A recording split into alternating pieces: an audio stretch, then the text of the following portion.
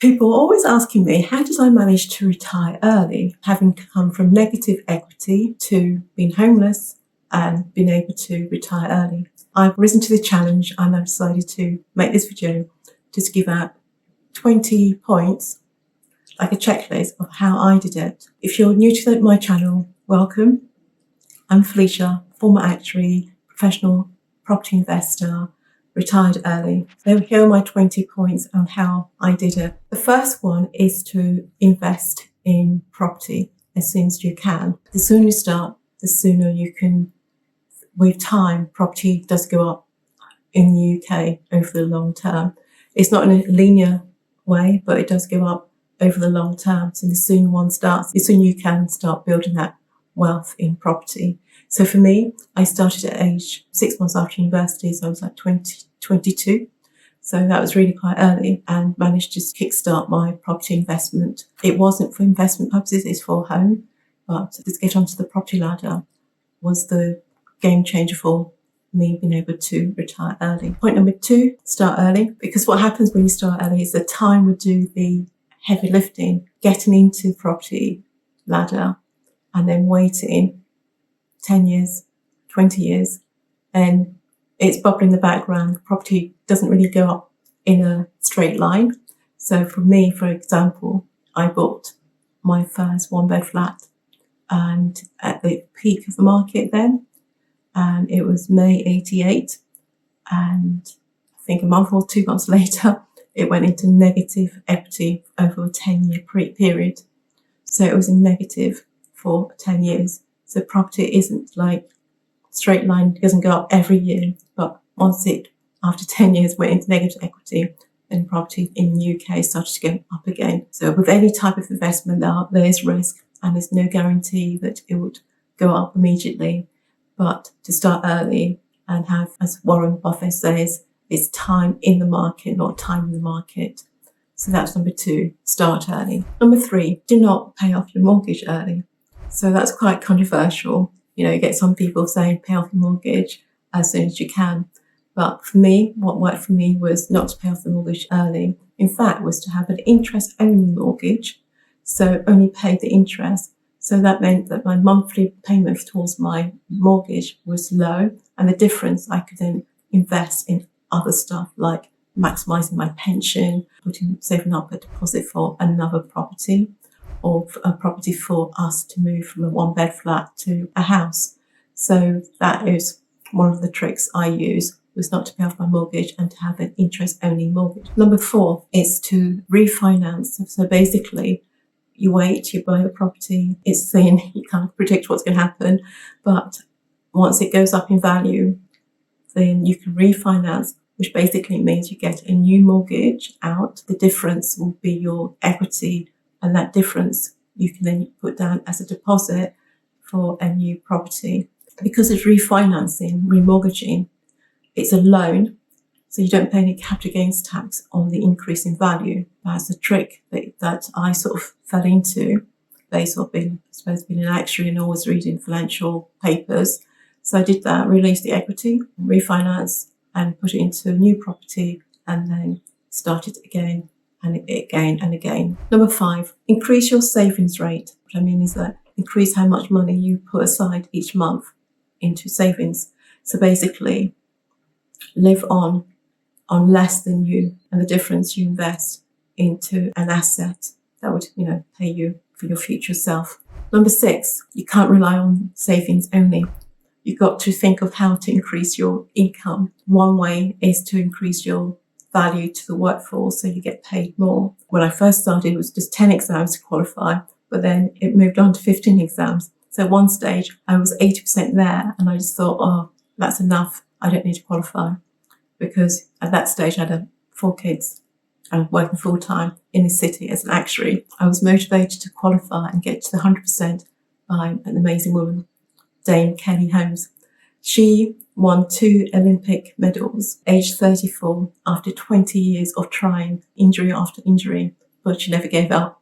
And that, watching her win those 2 amazing gold medals, gave me the sort of the push to just finish my exams and qualify, which meant that I could increase my pay. Later stage, I even set up my own business as a consultant, as an actuarial consultant. If I didn't qualify, I wouldn't be able to do that and increase my pay, is to find a way to increase the value to the workforce so you can increase your pay, maximise your earning potential. Number 7, referred to earlier on, is to always opt for interest-only mortgage, and that's for your main house, your main own home, and also for any investment properties you buy, because the difference the rate you pay on your mortgage tends to be lower than the rate if you invest the difference into another asset.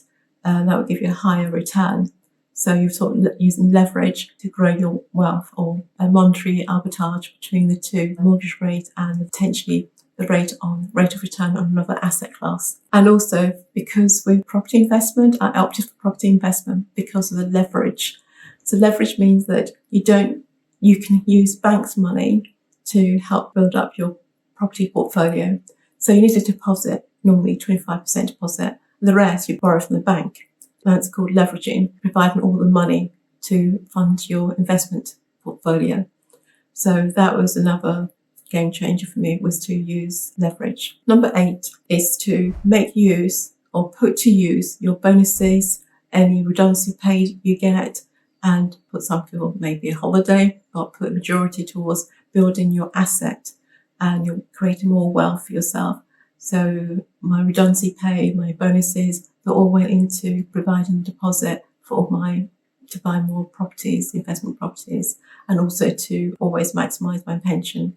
As I got a pay rise, my pension contribution increased. Number 9, realising that my target was to get property value of portfolio worth about 3 million, because then if we assume that property prices increase by 3% over the long term on average, with a property portfolio of 3 million, that's 3% will be 90,000 with capital growth. And of course, in between, you've got the rental income as well. The target was always to try and get to 3 million. Once we got there, it was in a state that we got to a position of financial security and really financial peace. So let's give me an example about that. Let me explain a bit more. So you got your deposit, and in one previous video I talked about once you got to your first 100k, that becomes a game changer, because you can then use that money to invest for your future wealth creation. So if you've got 100,000 saved up, you can just use that 100,000 buy a property, say, for cash, and that will give you one property. But if you use leverage and said, well, I can buy 4 properties, I put 25k as a deposit for each property, that gives me 4 properties. And that means, one hand, you buy in cash and you've only got 1 property. So with a 3% increase, that after 1 year, it's gone up by 3,000. But if you bought 4 properties using bank's money, 75% of the value of the property, that means you've got a portfolio of 400,000. So in 1 year, if the capital appreciation is 3%, that's 12k increase in value. And if the property values went up by 10% and you only had 1 property, then that would be worth effectively 10,000. But if you had 4, that's 40,000. So that was another thing. It was to not buy everything in cash, but use bank's money as a way to increase my property portfolio. To summarise, leverage is like your friend on the rising market. When the market's going up, leverage really helps you to increase your wealth. But there is a risk. If the market's going down, leverage can work opposite, and it really is quite risky. But if you're buying and hold, and over the long term, 10, 20 years or so, property will go up in value, so leverage is actually helping you. And another friend with this is also inflation, because as inflation increases over the years, the value of your debt, your mortgage, decreases. So as an example, when everyone talks about inflation, how the impact of inflation on your spending power. So a bag of crisps was in my day, it was like, I think 5p, but now a bag of crisps is, because it's inflated, price is now £1. So inflation reduces the value of your debt over the years. So I utilise that concept with my wealth building, property building, and wealth creation. The property is a game changer. So I would say start early, as I said in the previous point, but also it is, in some areas, very expensive. So in London, for instance, where I live, it's very expensive to buy a property. So club together with siblings, your aunts, your mum and dad, just come together and get a deposit together and just start on this journey of buying into the property and starting the property journey in that way. So you may be living in a very expensive area like London. Perhaps you can think about buying in another area where it's a lot cheaper and you're providing a home for someone else, but it means your income is now helping you to build wealth through property.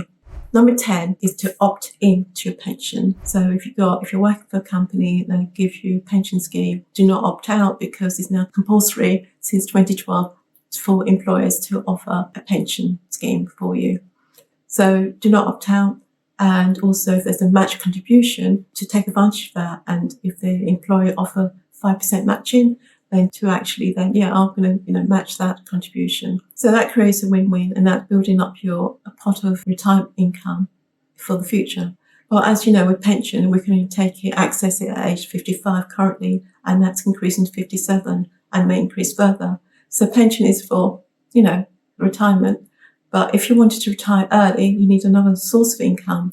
Another source of income will be number 12, utilising an ISA. So basically, by paying into an ISA, once you've maxed your pension, you've got an emergency fund set up, you've got your debts all paid up, high interest debt paid off.